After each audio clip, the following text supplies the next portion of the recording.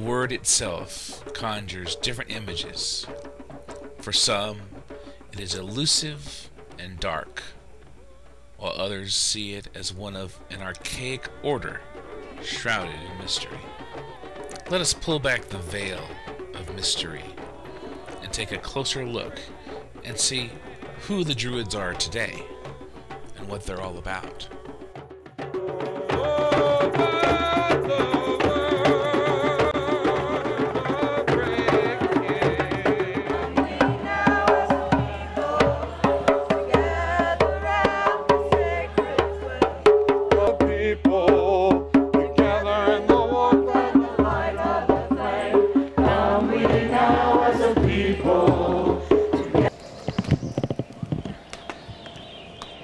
The flames of the sacred fire carry our praise and sacrifice to the Shining Ones.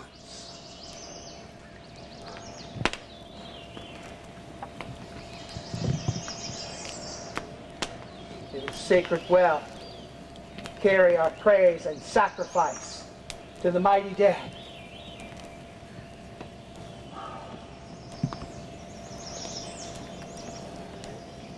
Sacred tree, join earth and sky in this place as the worlds converge upon this place.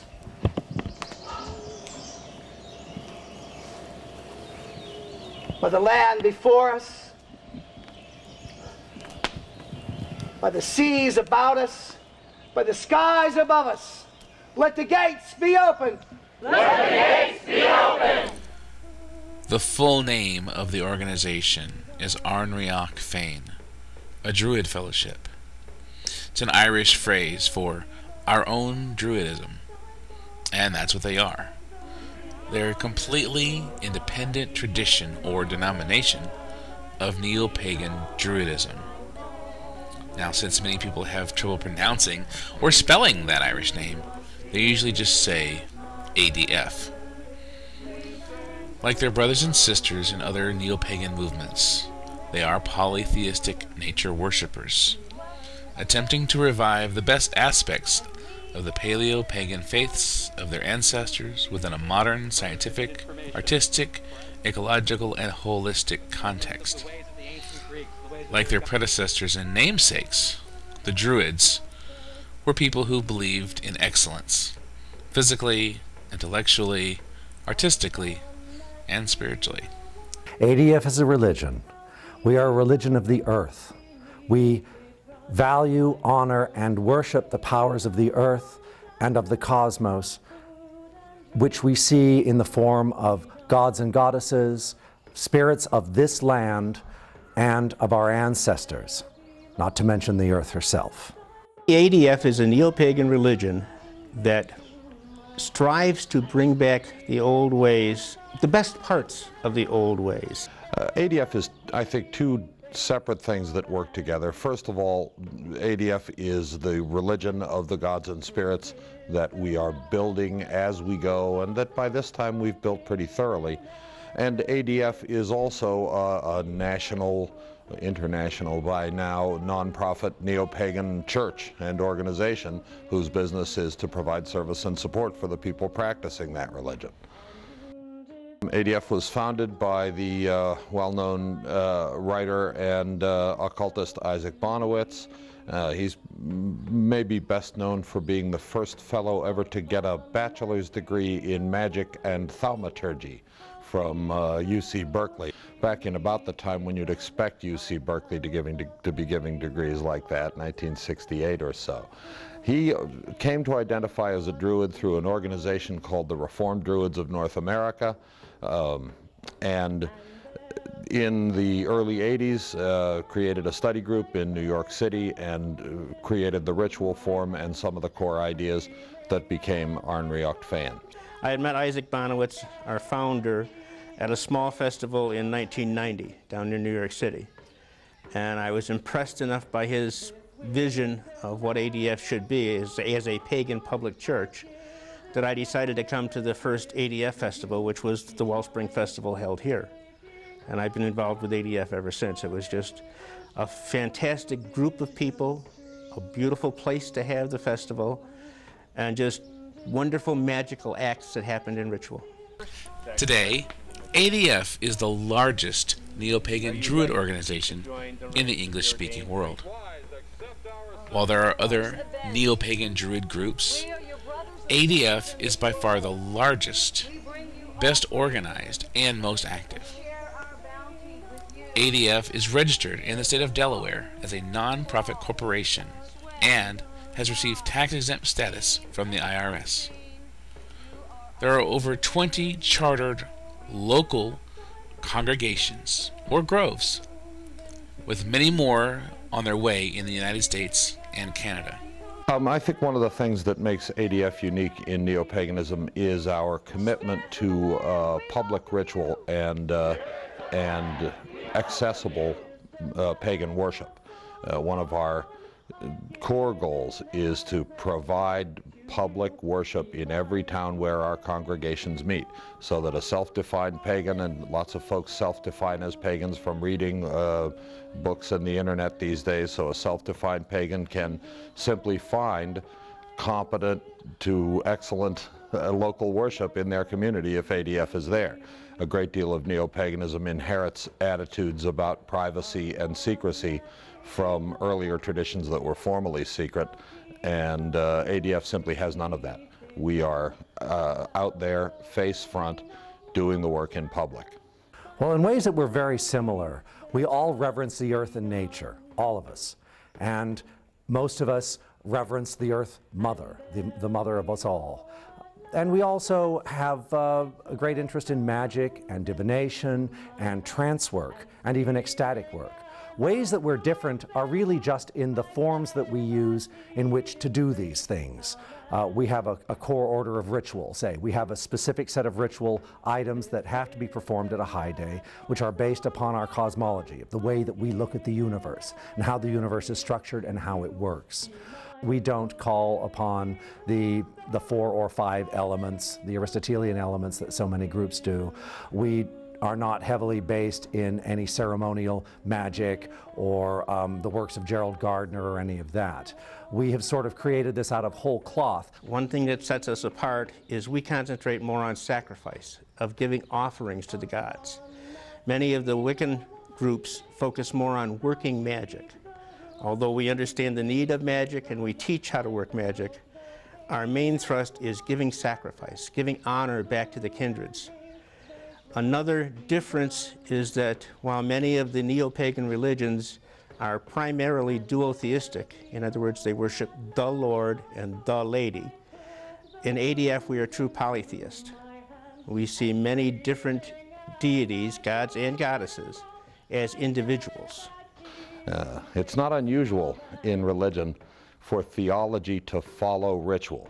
It's a little counterintuitive, I think, for people who don't know religious studies, but in fact, it's not unusual for theology to grow from ritual, and that's certainly what has happened in ADF. What is sacrifice, and what does it mean today? Webster's Dictionary defines sacrifice as an act of offering to a deity something precious.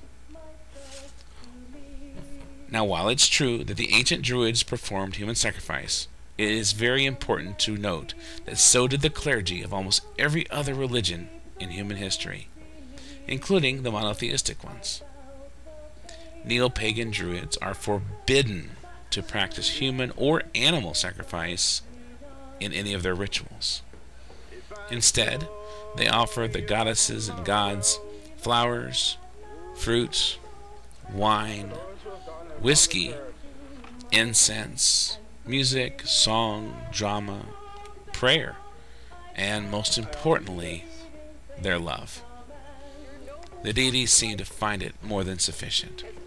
We have based everything that we do on scholarship and study about the way the ancients were. Now, one thing I do want to say is that while we are Reconstructionist in many ways, we are not actually Reconstructionists. We are not 4th century BC Athenians. We are not 1st century BC Celts or 9th century AD Norsemen. We are 21st century Westerners. And so this has to work for us as well. Some of the things the ancients did are simply unacceptable. We do not agree with blood sacrifice or human sacrifice or any animal sacrifice or any of those sorts of things. But we do know that because we haven't everything that we would need to actually reconstruct one of these ancient religions, we have to rely upon our own inspiration. And so we try to meld the two, scholarship and inspiration.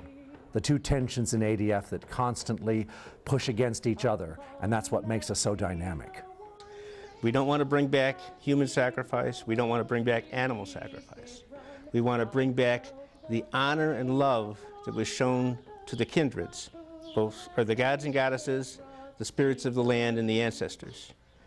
We want to bring that back so that the kindreds will understand that their knowledge, their memories are still alive, and give back to us their blessings in return for the blessings we give to them. The core order of ritual contains many of our most important religious ideas, things like reciprocity. We give our love and honor to the gods, and they give their blessing to us in turn. ADF believes that it is necessary to have respect and love for nature as divine in her own right, and to accept ourselves as part of nature and not her rulers. Many accept what has come to be known as the Gaia hypothesis, that the biosphere of our planet is a living being, who is due all the love and support that we can give her. They consider ecological awareness and activism to be sacred duties. ADF celebrates the turning of the wheel of the year by observing the 8 high days, the solstices and the equinoxes, as well as the halfway points between which were originally the great fire festivals of the European predecessors. ADF is creating a non-sexist, non-racist, organic, flexible, and publicly available religion to practice as a way of life and to hand on to future generations. ADF believes that divinity is as likely to manifest in a female form as a male form, and that the word goddess makes just as much sense as the word God. Deities can manifest at any point in space or time which they might choose, including within human beings, through a process known as inspiration or channeling.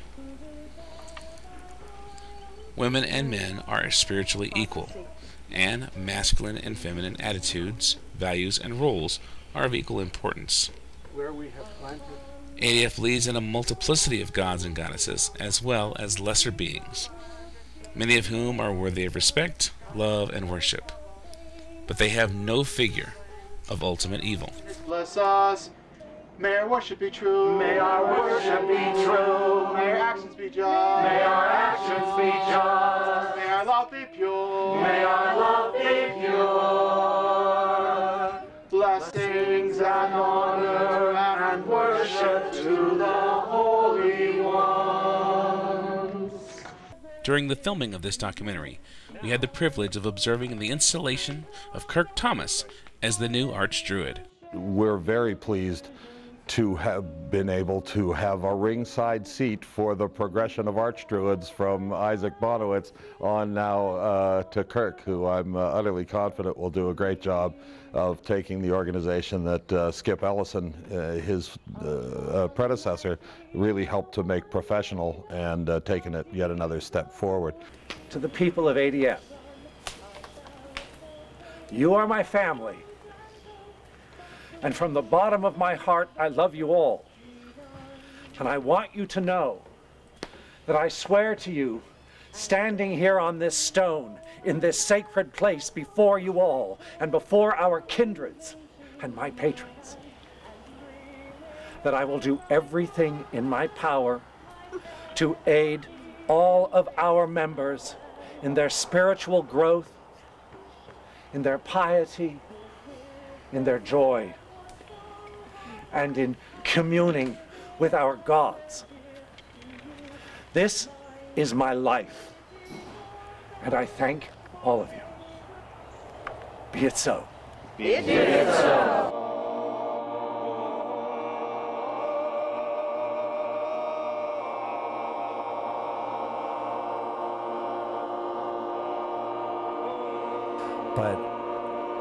The installation rite was incredibly moving for me.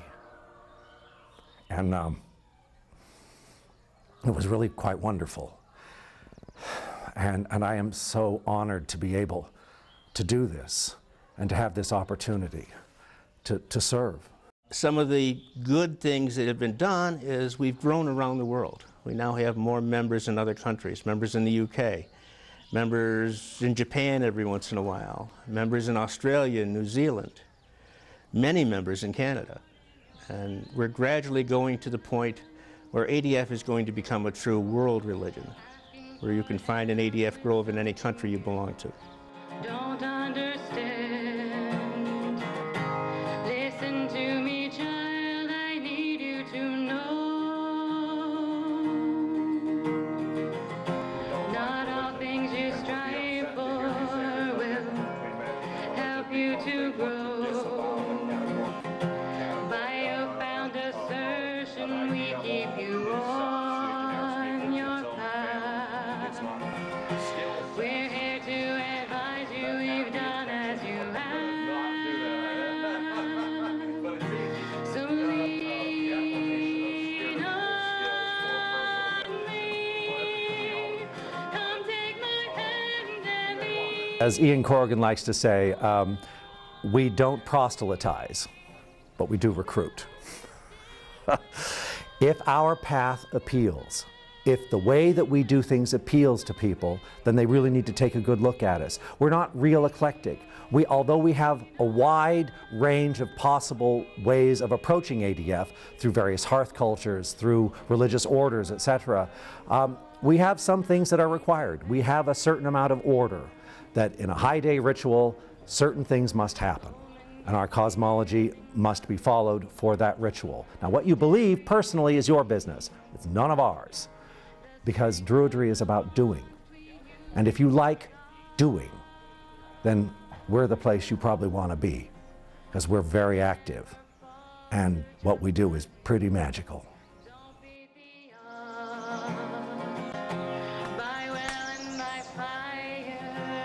Ancient ones, you who walked this path that we now walk upon, your blood, our Shining ones. Those in our hearts, those in our homes, those that we call in our hearth, the strange eyes of the kins of the land. All come to join us. Our sacrifice. The sacred centers of the Nemetons, whether they be public or individual, can be places where ordinary people can come a little closer to the borders of the other world, perhaps speak with the spirits that are most in tune with their individual lives, and drink of the waters of life. The wind rustles in the How many secrets heard that you'd rather hide? turn your attention for a moment. I know to the- the end you desire. Breathe I can deep. see the means. I'll lead the way through. You need only to lead us. Look back on your path. The evidence shows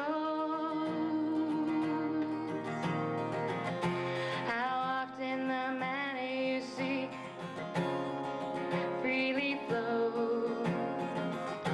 We've closed a few doors you've opened in air.